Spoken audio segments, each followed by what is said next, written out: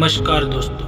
भूतपूर्व राष्ट्रपति श्रीमान एपीजे अब्दुल कलाम सर ने सफलता के 4 सिद्धांत बताए। सफलता के केवल 4 सिद्धांत में से आज हम बात करेंगे उन 2 सिद्धांतों के बारे में। उनका मानना था कि ये जो 4 नियम हैं वो हर छात्र को, हर इंसान को खुद पर लागू करना चाहिए। मेरा एक महान उद्देश्य है। पहला सिद्धांत, हमेशा अपने आप को याद दिलाए कि आपका लक्ष्य बहुत बड़ा है। अपने आप को बोलिए।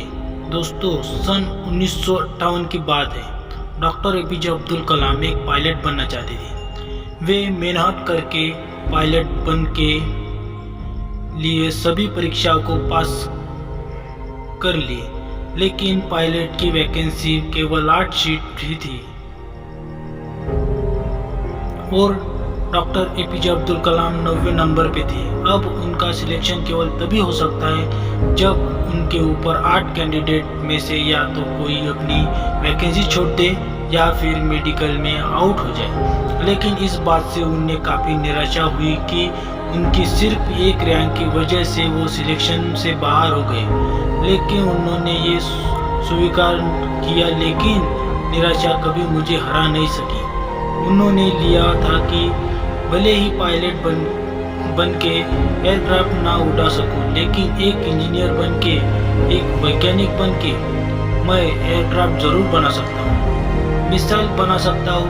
और दोस्तों, ये तो किसी को नहीं पता कि doctor APJ Abdul Kalam Artem pilot बनने तो वो देखने लगे, लेकिन उन्होंने इस बात को निश्चित रूप से साबित कर दिया कि अगर वो पायलट नहीं बनते हैं तो उन्होंने गलती की और निश्चित रूप से मिसाइल दी। फिर भी वो इंडियन एयरक्राफ्ट के पायलट नहीं बन पाए जाते, लेकिन राष्ट्रपति जरूर बने, जो 3 सेनाओं के कमांडर इन चीफ होते हैं और तीनों सेनाओं में आर्मी, नेवी और एयरफोर्स भी है। दोस्तों, उनके पते रूल नंबर 1, हमेशा अपने आप को बोलिए कि मेरा लक्ष्य महान होगा, मैं अपना लक्ष्य ऊंचा रखूंगा। ये वादे हमेशा आपको याद दिलाते रहेंगे। दूसरा सिद्धांत, मैं लगातार ज्ञान प्राप्त करूंगा। दोस्तों, यह रूल कहता है कि मैं हमेशा ज्ञान प्राप्त करता रहूंगा। अब उनका यह दूसरा रूल उन्हीं की जीवनी से समझ में आता है। डॉक्टर एपीजे अब्दुल कलाम को मिसाइल मैन के नाम से भी जाना जाता है। वो एक इंजीनियर थे, एक वैज्ञानिक थे। उन्होंने बहुत सारे मिशन के लीड किया और सक्सेसफुल भी रहे। वे पद्म भूषण, पद्म विभूषण और भारत रत्न से हाईएस्ट सिविलियन विज्ञापन जीते। वो भारत के 11वें राष्ट्रपति भी बने, लेकिन इसके बावजूद भी वे ये मानते हैं कि वो अपने आप को एक शिक्षक समझते हैं। वो एक अपने आप को शिक्षक समझते हैं और उन्हें सबसे ज़्यादा खुशी तब मिलती है जब उनका कोई आगंतुक पीएचडी पूरी तरह से कर लेता है। यानी उनकी लाइफ में अगर सबसे ज़्यादा जरूरत कोई चीज़ थी तो वो थी एजुकेशन, नॉलेज। उनका नज़रिया था कि एजुकेशन के लिए जो सबसे अच्छा समय होता है वो होता है सब्सक्राइबर।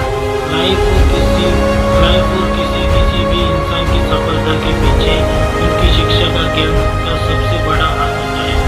उनका एक ऐसा मानना था कि अगर किसी छात्र का सबसे प्राथमिक कोई काम है तो वो अच्छी शिक्षा देना चाहता है।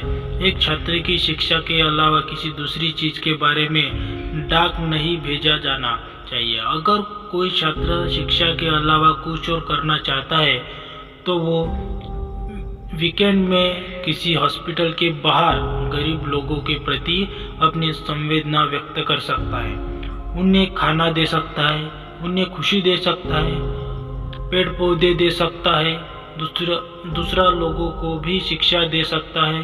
लेकिन इन सब कामों के बावजूद भी एक छात्र के लिए केवल नॉलेज हासिल करना ही सबसे पहली प्राथमिकता होनी चाहिए।